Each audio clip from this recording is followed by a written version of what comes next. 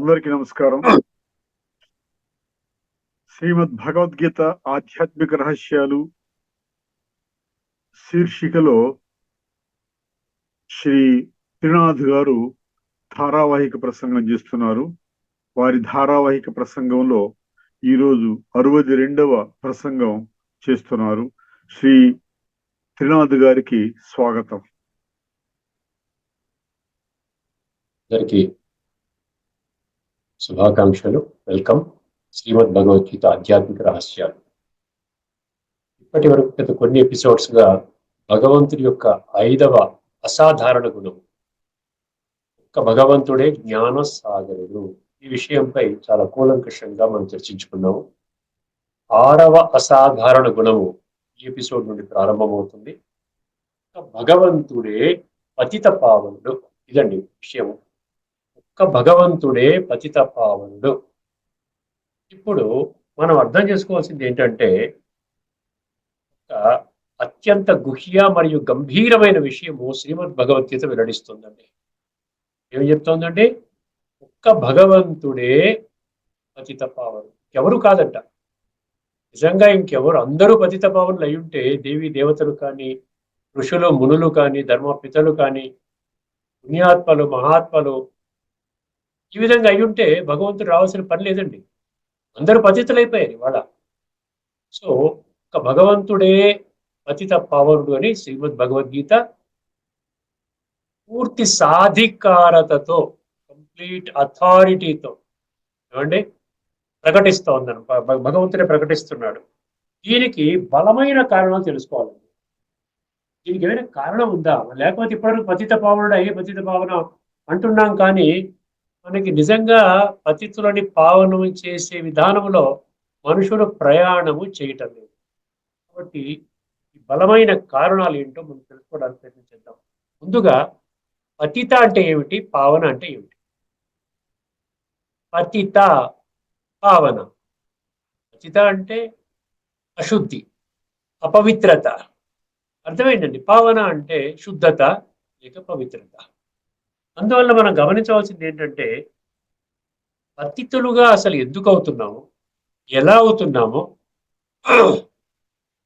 పతితులుగా ఎలాగవుతున్నాము అంటే అశుద్ధంగా, ఈ విధంగా అపవిత్రంగా ఎందుకు అవుతున్నాము, మరియు ఎవరు పావనంగా తయారు చేస్తారు, ఎలా తయారు చేస్తారు, వాట్ ఇస్ ద ప్రాసెస్, దానికి ఏమైనా ఉందా? లేకపోతే చూ మంత్రం ఇలాగా వేసి మీరందరూ పావనులు అయిపోండి అని చెప్పేసి భగవంతుడు ఏమైనా అట్లా అంటాడా?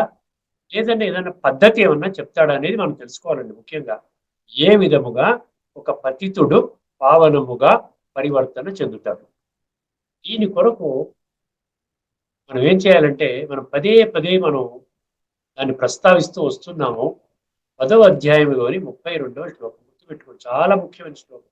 7వ అధ్యాయంలోని 3వ శ్లోకము, 7వ అధ్యాయంలోని 19వ శ్లోకము, 7వ అధ్యాయంలోని 2వ శ్లోకము, 10వ అధ్యాయంలోని 32వ శ్లోకం. ఇది చాలా ముఖ్యమైన శ్లోకాలు. ఏమంటున్నాడు? అధ్యాత్మ విద్యానాం సర్వ విద్యలలోకి నేను గీత ద్వారా బోధించే విద్య ఇది ఆధ్యాత్మిక విద్య, అంటే సూక్ష్మ విద్య. భౌతికంగా మనము చూడలేనటువంటిది, సూక్ష్మంగా అనుభవం చేసేటువంటి విద్య అని భగవంతుడు మనకి చాలా స్పష్టంగా తెలియచేస్తున్నాడు. ఈ యొక్క విషయాన్ని తెలుసుకుంటేనే మనం పతిత పావనుడు అన్న విషయాన్ని స్పష్టంగా మనం గ్రహించగలుగుతాం. శ్రీమద్ భగవద్గీత మనం అనుకున్నట్టుగా ఒక మతానికి, ధర్మానికి సంబంధించిన గ్రంథం కాదు. ఇది ముందు మన బుద్ధిలో నుంచి తీసేయాలండి. శ్రీమద్ భగవద్గీతలో ఏ ఒక్క పంక్తిలో కానీ, ఏ ఒక్క పదములో కానీ 574 శ్లోకాలలో నేను ఒక ధర్మానికి చెందిన మనుషులకు నేను బోధిస్తున్నాను అంటే, ఈ ప్రపంచంలో ఉన్న 850 కోట్ల మందిలో ఒక ధర్మం వాళ్ళకి మాత్రమే నేను చెప్తున్నాను. మన అంటారు కణాల్లో ఆ విధంగా నెలకొని ఉంది. దాని ముందు చెరిపేయాలి, ఎందుకంటే దానికి ఆధారాలు లేవు కదా. మనమే అంటున్నాం త్వమేవ మాతా చ పితా త్వమేవ అంటున్నాం కదా.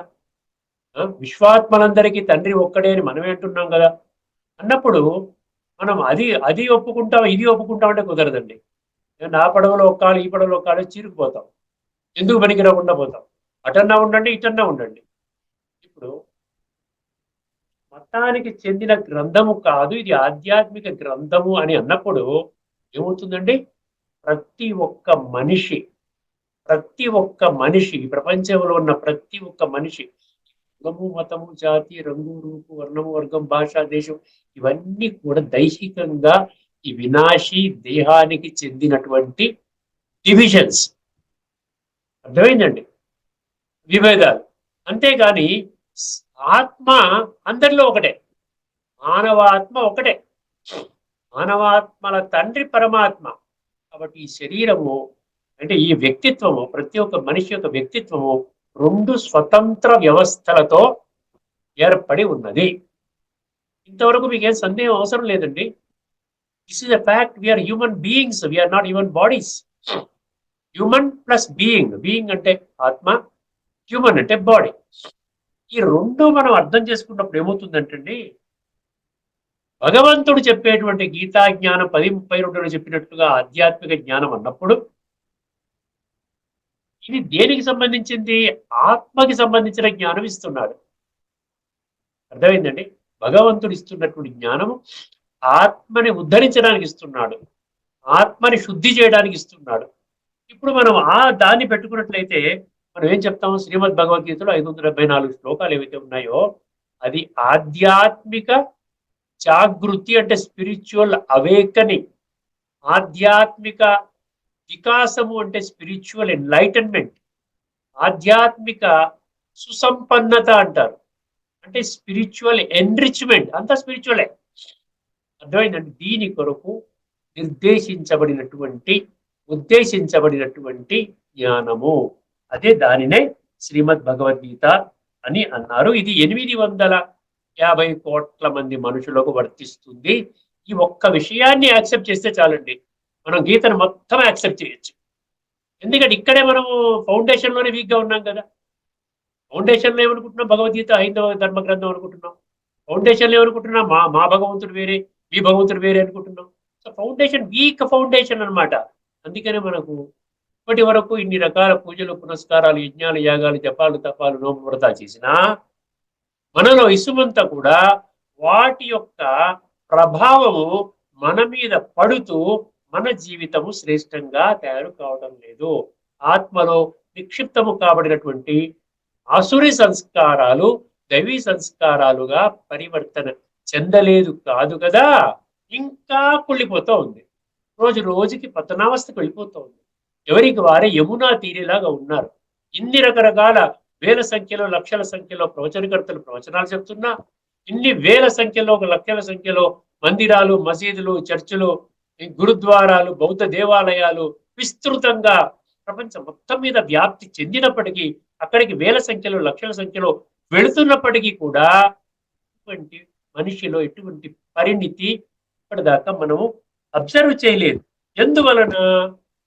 మనం నేను దేహము అని దైహిక భ్రాంతిలోనే జీవితము మనము గడిపేస్తున్నాం. అర్థమైందండి? ఇప్పుడు ఒక్కొక్క విషయాన్ని మనం ఎంత కూలంకషంగా చర్చిస్తున్నాడో చూడండి భగవంతుడు. భగవద్గీతలో చాలా డీటెయిల్గా, అంటే ఎటువంటి డౌట్ లేకుండా ఇప్పటిదాకా మీరు వినలేదు. ఇప్పటి వరకు మీరు భగవద్గీతని ఈ దృష్టికోణంలో వినలేదు. ఇప్పటి వరకు కేవలం భగవద్గీత అంటే యుద్ధరంగము, అర్జునుడు పరమాత్మ శ్రీకృష్ణుడి రూపంలో వచ్చి ఆయన జ్ఞానబోధ చేసి ఆయన చేత యుద్ధము చేయించాడు. అందరూ మొత్తానికి చనిపోయారు, పాండవులు మిగిలారు. అందులో వాళ్ళు కూడా హిమాలయ పర్వతాలకు వెళ్ళి కరిగిపోయారు. ఒక ధర్మరాజు కుక్క మిగిలింది. ఇంతే. దీనివల్ల మన జీవితం ఎలా పరివర్తన అవుతుంది? ఆత్మలో ఉన్న కుళ్ళిపోయిన సంస్కారాలు ఎట్లా బాగవుతాయి? ఒక్కసారి మీరు గమనించినట్లయితే మనకు అర్థమవుతుంది, ఈ పతితము అనేది శరీరానికి సంబంధించింది కాదు. పతితము అనేది శరీరానికి సంబంధించింది కాదు. పతితము అనేది ఆత్మకి సంబంధించింది. అంటే నా యొక్క సత్య స్వరూపానికి సంబంధించినది. అంటే నాకు సంబంధించినది. నేను ఆత్మని అంటున్నాం కదా. నేను ఆత్మని అంటే నేను పతితం అవుతున్నాను, శరీరము అవ్వడం లేదు. అర్థమైందండి? నేను పతితం అవుతున్నాను. కాబట్టి ఎవరు బాగు చేసుకోవాలి? ఇప్పుడు నన్ను నేను అర్థం చేసుకొని ఇది పతితం అయిపోయింది, ఆత్మలో సంస్కారాలు కుళ్ళిపోయాయి. చాలా ఆ, చాలా చాలా చాలా అది చాలా తామసిక ప్రధానంగా అయిపోయింది. దానిని మార్చుకోవాలి. ఆ మార్పు తీసుకురావడమే పతితుల నుంచి పావనంగా అవ్వటము. తామసిక సంస్కారాలని సాత్వికంగా పరివర్తన చేసుకోవడమే ఏమంటారు, పతితుల నుంచి పావనంగా అవ్వటం. ఇది భగవంతుడు ఎంత చక్కగా విశ్లేషణ చేస్తున్నాడో గమనించండి. కానీ ఏమైపోయిందంటే ఈ విషయాన్ని ఎందుకు మనం వదిలేసాం చెప్పండి. చాలా విషయాల్లో మనం మన విశ్వాసాలు ఎలా ఉన్నాయంటే బుద్ధి నేత్రం తెలుసుకోకుండా ఫలానా స్వామి గారు చెప్పారు కాబట్టి అది కరెక్ట్, ఫలానా శాస్త్రంలో ఆ విధంగా రాయబడ్డది కాబట్టి అది కరెక్ట్, అన్నీ మనం ఓకే ఓకే ఓకే ఓకే అనుకుంటూ వచ్చేసాం. అందులో ముఖ్యమైనటువంటి ఒక తప్పిదం ఏం చేస్తున్నామంటే ఆత్మ నిర్లేపము అని భావిస్తున్నాం. ఆత్మ నిర్లేపము అంటే ఏంటంటే మనము ఈ శరీరము ద్వారా ఈ దశ ఇంద్రియాల ద్వారా అంటే పంచ జ్ఞానేంద్రియాలు, పంచ కర్మేంద్రియాలు, పంచ ఇంద్రియ విషయాలు శబ్దస్పర్శ రూపరస గంధ మనసు బుద్ధి సంస్కారాలు 23 వ్యవస్థల మీద ఆత్మ యొక్క ఆధిపత్యం ఉన్నది అన్న సంగతి మనం మర్చిపోయి ఏం చేస్తున్నామండి, ఆత్మకి ఏమీ అంటదు. మనం ఎన్ని పనులు చేసినా ఏం పర్వాలేదు, శరీరానికి అంటుకుంటుంది, ఆత్మకి అంటదు. ఆత్మ నిర్లేపము అంటదండి. ఆత్మకి ఈ యొక్క మంచి చెడుల ప్రభావము ఆ రంగు ఆత్మకి అంటదు అని అర్థం. ఇది భావన. ఇది ఎంతవరకు కరెక్ట్ అంటే ప్రతిదాన్ని మనం ఓకే ఓకే చేస్తే మన పరిస్థితి బాగుపడలేదు కదా. మరి మన పరిస్థితి బాగుపడింది అనుకోండి, మీరు చెప్పింది కరెక్ట్ అనుకోవచ్చు. రోజు రోజుకి మనిషి దిగజారుతున్నాడు, విలువలు కోల్పోతున్నాడు, ఏ విధంగా ఉన్నాడో తెలియట్లేదు, ఎప్పుడు ఏమవుతుందో తెలియట్లేదు. నిండు 100 ఏళ్ళు బ్రతకడానికి భగవంతుడు ఆయుష్ పోస్తే అందరూ 40, 50, 60, 70కి పోతున్నారుగా. ఎప్పుడో ఎవరో ఒకరు 100 సంవత్సరాలు దాటితే వాళ్ళకి పూజ చేస్తున్నాం, వాళ్ళకి ఇంటర్వ్యూ చేస్తారు. ఏంటండి మీరు ఏ గాలి పీలుస్తున్నారు, ఏ ఆహారం తీసుకుంటున్నారండి, మీరు 100 సంవత్సరాలు బ్రతికారు. నిన్ననో మొన్ననో 126 ఇయర్స్ బ్రతికిన ఒక స్వామీజీ మధ్యనే వారికి పద్మశ్రీ అవార్డు కూడా ఇచ్చారు. అర్థమైంది, వారు పరమవదించారు. ఎవరో ఒకరు మహానుభావుడు 100 సంవత్సరాలు లేకపోతే 125 సంవత్సరాలు, 105 సంవత్సరాలు. మా దాదీజీ 104 సంవత్సరాలకు శరీరం విడిచిపెట్టారు. ఇప్పుడు లేటెస్ట్ గా ఉన్నటువంటి చీఫ్ 101 బర్త్డే సెలబ్రేట్ చేసుకున్న 15 రోజుల తర్వాత చనిపోయారు. 100 సంవత్సరాలు బ్రతకడం అంటే మామూలు విషయం కాదండి. అది ఎంతో డిసిప్లిన్డ్ గా, ఎంతో కఠోర దీక్షతో మన ఆహార నియమాలను, మన యొక్క ఎక్సర్సైజ్ అనండి, ఇంకోటండి మన ఆలోచన విధానాన్ని, మానసిక ఆరోగ్యము, సామాజిక ఆరోగ్యము, ఆధ్యాత్మిక ఆరోగ్యము, భౌతిక ఆరోగ్యం అన్ని కూలంకషంగా పెట్టుకొని ఒక లక్ష్యముతో చక్కటి జీవితాన్ని తయారు చేసుకున్నటువంటి వాళ్ళే ఆ విధంగా బ్రతకగలుగుతారు. ఇప్పుడు ఆత్మ నిర్లేపము అంటే ఏమిటండి అర్థం ఒక్కసారి గమనించండి.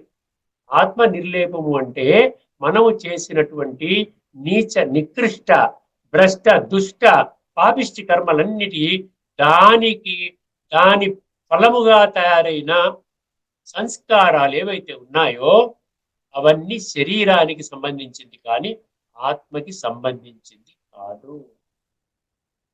భలే శరీరానికే సంబంధించింది అనుకోండి. శరీరాన్ని మనము ప్రతిరోజు 3 పూటల స్నానం చేస్తాం. ఎండాకాలం అయితే ఖచ్చితంగా 3 పూటలు చేస్తాం, కనీసం 2 పూటలన్నా చేస్తాం. పొద్దున్న సాయంకాలం స్నానం చేస్తాం. మరి స్నానం చేస్తే మన శరీరానికి అంటుకున్న మలినాలు ఏవైతే సంస్కారాల రూపంలో సూక్ష్మంగా ఉన్నటువంటి ఆత్మలో పేరుకుపోయిన సంస్కారాల మీద ఆత్మజ్ఞానం లేదు కాబట్టి శరీరానికి అంటుకుంటున్నాం. ఆత్మ నిర్లేపము, శరీరము లేపము.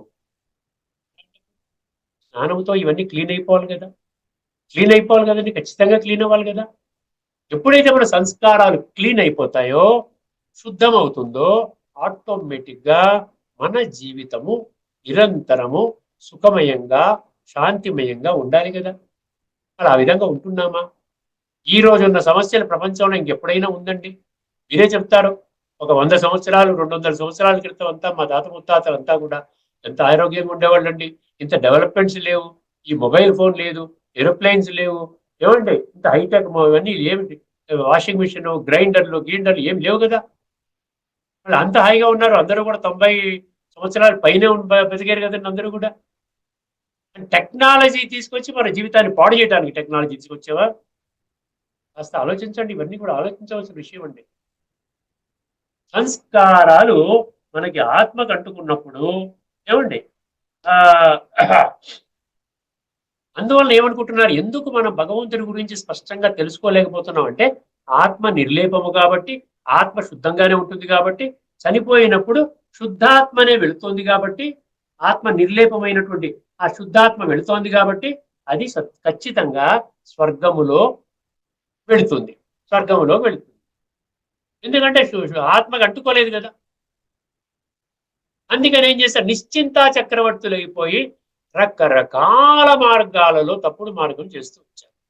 ఒకవైపున if character is lost everything is lost అంటారు, కానీ ప్రతి ఒక్కడు ఆ ఎవ్రీథింగ్ ఈజ్ లాస్ట్ కొరకే పనిచేస్తుంది, తీసుకోవడానికి కోసం పనిచేయట్లేదండి. అందుకని ఈ వర్తమాన సమాజంలో చరిత్రహీనుల సంఖ్య రోజు రోజుకి పెరిగిపోతోంది, చరిత్రవంతుల సంఖ్య రోజు రోజుకి తగ్గిపోతుంది. గుర్తుపెట్టుకోండి. ఆత్మ నిర్లేపమైన ఒక చిన్న మిస్టేక్ చేసినందువలన ఏమవుతుందండి, ఆత్మ ప్యూర్ స్టేట్ లోనే అది మనకి తీసుకొని వెళ్తుంది. ఇది తర్క విరుద్ధం అండి. మీరు తర్కాన్ని సాక్రిఫైస్ చేస్తున్నారు, లాజిక్ ని సాక్రిఫైస్ చేస్తున్నారు. ఇల్లాజికల్ అంటాం మనం మామూలుగా. ఎవరన్నా మాట్లాడుతుంటే ఏమిటండి మీరు లాజికల్ గా మాట్లాడండి అంటాం కదా. భౌతిక విషయాలలో లాజిక్ కావాలి, ఆధ్యాత్మిక విషయాల్లో ఇల్లాజిక్, తర్కరహితము, తర్క విరుద్ధంగా మనం పనిచేస్తున్నాం. అందుకనే ఆత్మ నిర్లేపము అన్నది అది కరెక్ట్ కాదు. ఒకవేళ నిజంగా ఆ విధంగా అయినట్లయితే శరీరానికి పట్టిన మురికి మనం స్నానముతో పోవాలి కదా. ఆలోచించండి, స్నానం చేసినా పోవట్లేదు కదా. అంటే ఆత్మలో మనం చేసిన చెడు కర్మల యొక్క ఫలితము, ప్రభావము శరీరం మీద పడినప్పుడు అది ఎలా తొలుగుతుంది అర్థం చేసుకునే ప్రయత్నం చేయండి. తొలగాలంటే ఏదో మార్గం ఉండాలి కదా, తొలగకుండా అలాగే ఉంటుందా? శరీరం అంతా ప్రతిరోజు రోజు రోజుకి ఆ విధంగా పంకిలంతో పాప పంకిలంతో చెడు కర్మలు చేస్తున్నామంటే ఖచ్చితంగా చెడు జరుగుతుంది కదా. ఎవడు చేసిన కర్మ వాడు అనుభవించగా తప్పదుర నరుడా అని ఆ విధంగా మనము స్నానము ద్వారా మనము ఆ యొక్క చెడు సంస్కారాలని, ఆ చెడు కర్మల ద్వారా దాని ఫలితంగా ఏర్పడినటువంటి చెడు సంస్కారాలని స్నానము ద్వారా, షాంపూ సబ్బు ద్వారా అది క్లీన్ అయిపోతే మనం సుఖంగా ఉండాలి కదా. ఎందుకంటే ఈ సంస్కారాలే మన జీవితాన్ని లోపభూయిష్టంగా తయారు చేసినప్పుడు ఈ సంస్కారాల ప్రభావం లేకుండా శరీరానికి అంటుకుంటుంది కాబట్టి స్నానం చేస్తున్నాం కాబట్టి హాయిగా ఉండాలి. నాకు సంస్కారాల ప్రభావం పాజిటివ్గా ఉండాలి, సదా సుఖంగా ఉండాలి, హాయిగా ఉండాలి, నిశ్చింతగా ఉండాలి, ఆరోగ్యంగా ఉండాలి, ఆనందంగా ఉండాలి. కానీ ఆ విధంగా లేవు కదండి. మనం ఎలా ఎక్స్ప్లెయిన్ చేస్తాం ఆత్మ నిర్లేపం అన్న దాన్ని? మనం ఎలా ఎలా ఎక్స్ప్లెయిన్ చేస్తాం చెప్పండి. అందుకని భగవంతుడు ఏమంటున్నాడు, నాయనా ఒక్క తప్పు చేసినందుకు చూసారా ఎన్ని రకాలుగా బాధపడుతున్నారో మీరు. ఒక్కటే ఒక్క తప్పు చేశారు కానీ ఎన్ని రకాలుగా బాధపడుతున్నారు చూడండి. ఎంత అస్తవ్యస్తంగా తయారైపోయింది చూడండి. ఇన్ని తగాదాలు, కొట్లాటలు, బాంబులు, యుద్ధాలు, మారణకాండ, టెర్రోరిజము, కల్తీలు ఇవన్నీ చేసుకుంటూ ఏదో విధంగా నేను ఓవర్ నైట్ కోటీశ్వరుని అయిపోవాలి, నేను కష్టపడకుండా కోటీశ్వరుని అయిపోవాలి. ఇప్పుడు ఉన్నారండి ప్రపంచంలో చాలా టాప్ రిచెస్ట్ వాళ్ళు ఉన్నారు. బిల్ గేట్స్, వారెన్ బెఫెట్ వీళ్ళంతా ఉన్నారు. వాళ్ళంతా మోసం చేసి డబ్బు సంపాదించుకోలేదండి. వాళ్ళు ఒక ఫార్ములాని తయారు చేసుకుని అది అమ్మారు, ప్రపంచానికి అమ్మారు. ప్రపంచంలో ప్రతి ఒక్కరు కొనుక్కుంటున్నాడు. ప్రతి ఒక్కరు కొనుక్కుంటే వాళ్ళకు 1000 రూపాయలు ఇస్తున్నాము. మనం మైక్రోసాఫ్ట్ సాఫ్ట్వేర్ కొనుక్కుంటే మనకు 1000 రూపాయలు కట్టాలి. ఇలా కోట్ల మంది వాడుకుంటున్నారు. ఆ విధంగా కోటీశ్వరులు అయ్యారు. దొంగతనం చేసి, ఫ్రాడ్ చేసి, కరప్షన్ చేసి, స్కామ్ చేసి, స్కాండల్ చేసి చేయలేదు కదా. కానీ మనం ఏం చేస్తాం, ఏమనుకుంటున్నాము, ఈ కలియుగం యొక్క అంతిమ సమయంలో మనుషుల యొక్క మనోభావన ఎలా ఉందంటే, నేను కష్టపడను, నేను ఏదో రకంగా షార్ట్ కట్స్ ద్వారా నేను టాప్ లోకి వెళ్ళిపోవాలి. పొలిటికల్ కరప్షన్ అనండి, లేకుండా ఉంటే ఈ రకరకాల మార్గాల ద్వారా, మోసపూరిత మార్గాల ద్వారా ప్రాఫిట్. మామూలుగా 10 రూపాయలు తయారీసిన ఒక వస్తువుని 15 రూపాయలకు ఎంతో అమ్మితే రీజనబుల్లే. కానీ ఏం చేస్తున్నారు, 10 రూపాయలు దానికి ఏదో కొంచెం కోటింగ్ ఇచ్చేసి దాన్ని 150 రూపాయలకు అమ్ముతున్నారు. అదనమాట ప్రాఫిట్. మధ్యలో 10% డిస్కౌంట్ అంటారు. బై వన్ గెట్ వన్ అంటాడు. అంటే ఏం జరుగుతోంది ప్రపంచంలో? మనం దానికే లొంగిపోయి ఆ విధంగా అవుతుంది. ఇక్కడ మనిషి పాపం చేస్తే పాపము శరీరానికి అంటదు అంటున్నాడు భగవంతుడు. పాపము ఆత్మకే అంటుతుంది. అందుకనే పాపము చేసేవాడిని పాప శరీరము అనడం లేదు కదా, పాప ఆత్మ అంటున్నారు కదా. పుణ్యము చేసిన వాడిని పుణ్యాత్మ అంటున్నారు కానీ పుణ్య శరీరం అనడం లేదు కదా. ఇంకా అద్భుతమైనటువంటి మహాను కార్యక్రమాలు చేసిన వాడిని మహాశరీరం అంటున్నారా, మహాత్మ అంటున్నారు కదా. అర్థమై ధర్మ మార్గాన్ని నడిచి ధర్మ స్థాపన చేసి ఒక ధర్మ స్థాపకుల్ని కూడా ధర్మ శరీరం అనడం లేదు, ధర్మ ఆత్మ అంటున్నాం కదా. అంటే వాడు చేసేటువంటి ఆ కర్మ యొక్క ఫలితము ఆత్మకి అంటుకుంటుంది కదండి. దైవీ సంస్కారాలు ఉన్న వాళ్ళకి ఏమంటున్నాము? దైవాత్మ దేవాత్మ అంటున్నాం కదా. దేవతలు సత్యత్రేతాయుగంలో ఉన్నటువంటి వాళ్ళని, వాళ్ళు మనుషులే కానీ వాళ్ళని ఏమంటాం? దేవీ దేవతలు అంటాం. 33 కోట్ల మంది. మీరు ఆలోచించండి ఇప్పుడు. అంటే ఆత్మ నిర్లేపం అనేది ఊరికేనే కాదు. అంటే భగవంతుడు ఎంత లాజిక్ గా తీసుకెళ్తున్నాడు చూడండి, ఎంత డీటెయిల్ గా చర్చిస్తున్నాడు భగవద్గీతలో. పాపాత్మ, పుణ్యాత్మ, మహాత్మ, ధర్మాత్మ, దేవాత్మ. ఏమండి? అలాంటప్పుడు ఆత్మకి పాపము ఆత్మ కంటుకుంటుంది, పాపాత్మ. ఇప్పుడు మీరు ఆలోచించండి, ఎంతవరకు కరెక్టు? మీరు ఇప్పటి వరకు నమ్ముకున్నది కరెక్టా, లేకుండా ఉంటే భగవంతుడు చెప్పిన మాట కరెక్టా? ఈ రోజున భగవంతుడి మాట మనం నిర్లక్ష్యం పెడుతున్నామండి. భగవంతుడు ఎందుకంటే భగవంతుడు నిరాకారుడు కాబట్టి. భగవంతుడు ఒక్కడే సత్యం చెప్తాడు కానీ మనం సత్యం అక్కర్లేదు. ఎందుకంటే మనం 100% ఏ విధంగా ఉన్నామండి? అంధవిశ్వాసంలో, దైహిక భ్రాంతిలో, నేను దేహం అన్న భ్రాంతిలో జీవితాన్ని గడుపుతున్నాం. ఇక్కడ బేసికల్ గా ఒక ఫౌండేషన్ వీక్ అవ్వడానికి కారణం ఏంటి? మన గీత బోధించిన ప్రాథమిక మౌలిక ఆధ్యాత్మిక సిద్ధాంతము, the deep spiritual philosophy, you are not the physical body, you are a soul. అర్థమైందండి? అందువలన మనం ఎంత స్నానం చేసినా ఏమి చేసినా కూడా మనము ఏమి ఆత్మని శుద్ధి చేసుకోలేకపోతున్నాం. ఏ విధంగా అయితే శరీరాన్ని మనం చేస్తున్నామో ఇప్పుడు అర్థం చేసుకోండి. ఏ విధంగా శరీరాన్ని శుద్ధి చేసుకోవడానికి మనం స్నానం చేస్తున్నామో అదే విధంగా ఆత్మని శుద్ధి చేసుకోవడానికి కూడా మీరు కాస్త సమయాన్ని కేటాయించారు. ఎందుకంటే పాపం ఆత్మ కట్టుకుంటుంది కదా. ఆత్మని శుద్ధి చేసుకోవడానికి కూడా మీరు సమయాన్ని కేటాయించాలి. ఇప్పటి వరకు కేటాయించలేదు కాబట్టి ఆత్మ పాప పంకిలము ద్వారా ఏమైపోయింది? కుళ్ళిపోయింది, బురదలాగా అయిపోయింది, మట్టిలాగా అయిపోయింది, బంకలాగా అయిపోయింది, తారులాగా అయిపోయింది, నల్లగా అయిపోయింది. దానినే ఆధ్యాత్మికంగా ఏమన్నాడు? తమో ప్రధానము అన్నాడు. తామసికంలో లోయెస్ట్కి వెళ్ళిపోయింది. అందుకనే భగవంతుడు ఏమన్నాడు? అటువంటి స్థితిలో ఇంకా ఎవరు ఏమి చేయలేని స్థితిలో మీరందరూ నా పిల్లలు కాబట్టి మిమ్మల్ని ఉద్ధరించడానికి నేనే వచ్చి ఈ సీక్రెట్స్ అన్ని చెప్తున్నాను. ఏది సరైన మార్గము, ఏది సరైన మార్గం కాదు అని చెప్తున్నాను.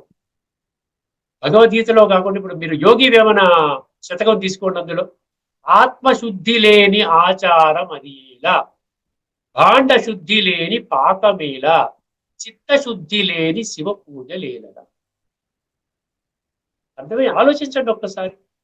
ఆత్మశుద్ధి అని అంటున్నాం. అక్కడ వేమన సూక్తి చదివినప్పుడు అది ఒప్పుకుంటాం, ఇక్కడ ఇది ఒప్పుకుంటాం, అక్కడ అది ఒప్పుకుంటాం, అన్నీ ఒప్పేసుకుంటామండి. ఒకదానికి ఒకటి కాంట్రడిక్టరీ. మళ్ళీ మనకి భగవంతుడు బుద్ధినిచ్చాడు. మనం చాలా విశేషమైనటువంటి మనుషులు. మానవ జన్మ ఒక చాలా దివ్యమైనటువంటి చాలా రేర్ బర్త్ అన్నమాట. మానవ జన్మ అతి దుర్లభము. అందుకనే భగవద్గీతలో కూడానండి చాలా చక్కగా మీకు 2 శ్లోకాలు మీ ముందు ఉంచుతాను. 5వ అధ్యాయంలోని 11వ శ్లోకం. ఎందుకంటే ఇప్పుడు క్రిటికల్ టైం అండి. ఎందుకు ఇవన్నీ చెప్తున్నాడంటే చెప్పాల్సిన అవసరం లేదు కానీ భగవంతుడికి మాత్రమే కాలచక్రం యొక్క రహస్యము తెలుసును. ఎందుకంటే వారు కాలచక్రము లోపల ఉండరు, కాలచక్రం బయట ఉంటారు. కాలచక్రం బయట ఉన్నవాడికి మొత్తం కాలచక్రం జ్ఞానం అంతా ఉంటుంది. సర్గాణామాదిరంతశ్చ మధ్యం చైవాహం అర్జున. మళ్ళీ కాలచక్రములో ఉన్నటువంటి 850 కోట్ల మనుషుల భూత వర్తమాన భవిష్యత్ కాలాల జ్ఞానం ఉంటుంది.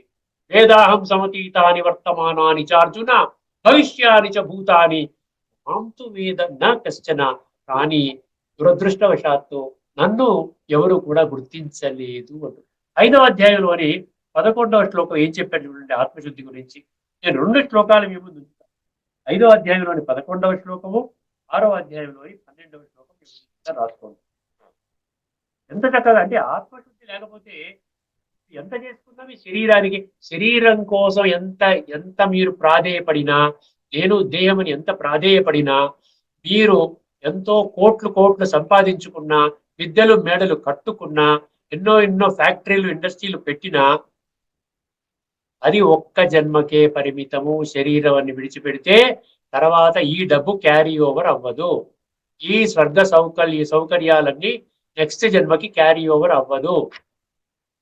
ఇది తిరుగులేని, తిరస్కరించలేని నిగూఢ సత్యము, ఆధ్యాత్మిక సత్యము, భగవంతుడు చెప్తున్న సత్యము.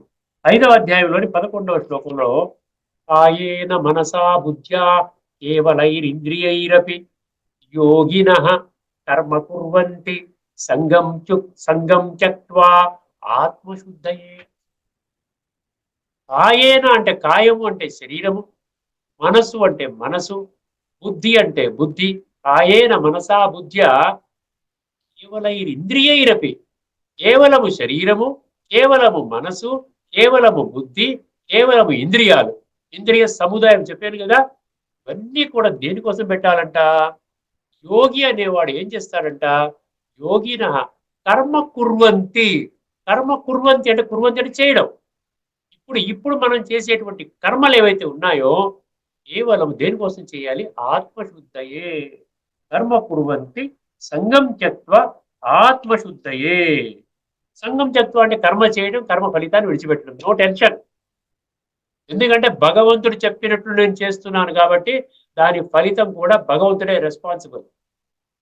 అందువల్ల అంటారు చూస్తారు, ఏమి జరిగినా మంచిగా జరుగుతుందండి, నిశ్చితంగా ఉండండి, తేలిగ్గా ఉండండి, టెన్షన్లోకి రాకండి అంటారు కదా. ఒకసారి గమనించండి, ఇక్కడ కర్మయోగులు అంటే పెద్ద కాంప్లికేటెడ్ కాదండి. కర్మ చేస్తున్న సమయంలో మీరు యోగి స్థితిలో ఉంటారనమాట. అంటే యోగి స్థితి అంటే నేను ఆత్మని, నా తండ్రి పరమాత్మ, ఈ యొక్క స్థితిలో ఉంటూ మీరు కర్మలు చేస్తారు. అర్థమైందండి? సో ఆ విధంగా కర్మయోగులు మమతాసక్తి రహితులై. మమతా ఆసక్తి అంటే ఏంటి? దేహం మీద మమత ఉండదు, కర్మల యొక్క ఫలితం మీద ఆసక్తి ఉండదు. మమతా ఆసక్తి రహితులై కేవలము, అండర్లైన్ చేసుకోండి, కేవలము ఓన్లీ ఇంద్రియములు, మనస్సు, బుద్ధి, శరీరముల ద్వారా అంతఃకరణ శుద్ధికై కర్మలను ఆచరింతురు.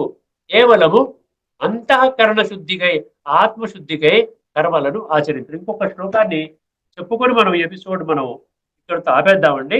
తర్వాత మళ్ళీ ఈ యొక్క పతిత పావన అన్న సంగతి మీకు చాలా స్పష్టంగా భగవంతుడు గీత ద్వారా ఎంత చక్కగా విశ్లేషణాత్మకంగా మనకు చర్చిస్తున్నాడో ఇవన్నీ కూడా మీకు శ్రద్ధ ఉంటే చాలండి. శ్రద్ధావాన్ లభతే జ్ఞానం. 6వ అధ్యాయంలో 12వ శ్లోకం చెప్పుకొని మనకున్నటువంటి సమయం అయిపోయింది కాబట్టి మనం ఏం చేద్దాము? 6వ అధ్యాయం అంటే ఆత్మ సంయమ యోగం అండి. 6వ అధ్యాయం ఆత్మ సంయమ యోగం. 12వ శ్లోకం ఏమన్నాడు? తత్రైకాగ్రం మనః కృత్వా యత చిత్తేంద్రియ క్రియ ఉపవిశ్వాసనే యుంజ్యాత్ యోగం ఆత్మవిశుద్ధయే. ఏమండి? తత్రైకాగ్రం మనః కృత్వా యత చిత్తేంద్రియ క్రియ ఉపవిశ్వాసనే యుంజ్యాత్ యోగం ఆత్మవిశుద్ధయే. ఇక్కడ ఆత్మ సంయమ యోగంలో ఏంటంటే యోగం గురించి చెప్తాడు ఎక్కువగాను. అందులో ఈ శ్లోకం నేను ఎందుకు తీసుకున్నానంటే ఆత్మశుద్ధి మీద 2 శ్లోకాలు ఉన్నాయి గీతలో, 5, 11, 6, 12. ఇక్కడ ఏమంటున్నాడు?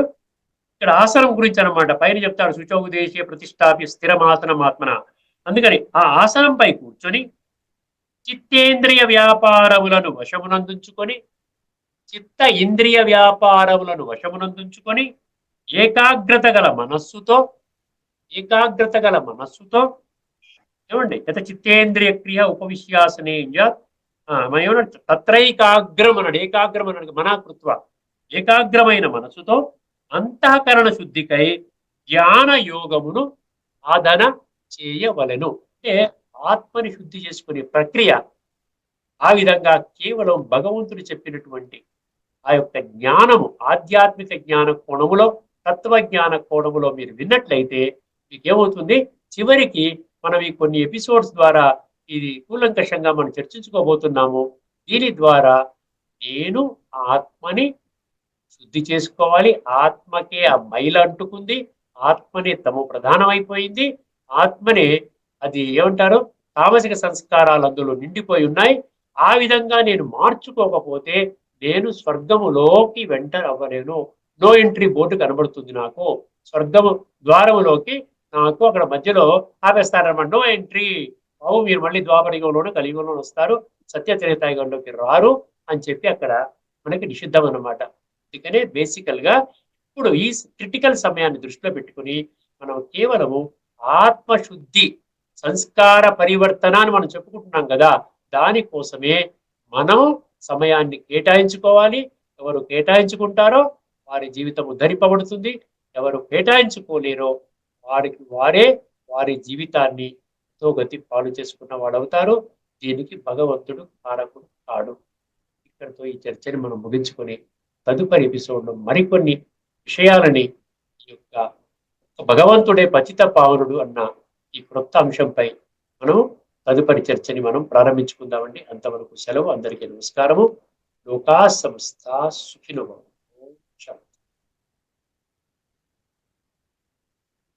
శ్రీమద్ భగవద్గీత ఆధ్యాత్మిక రహస్యాలు శీర్షిక ద్వారా శ్రీ త్రినాథ్ గారు పతిత పావన తత్వము యొక్క ప్రావేశిక ప్రసంగం చేశారు.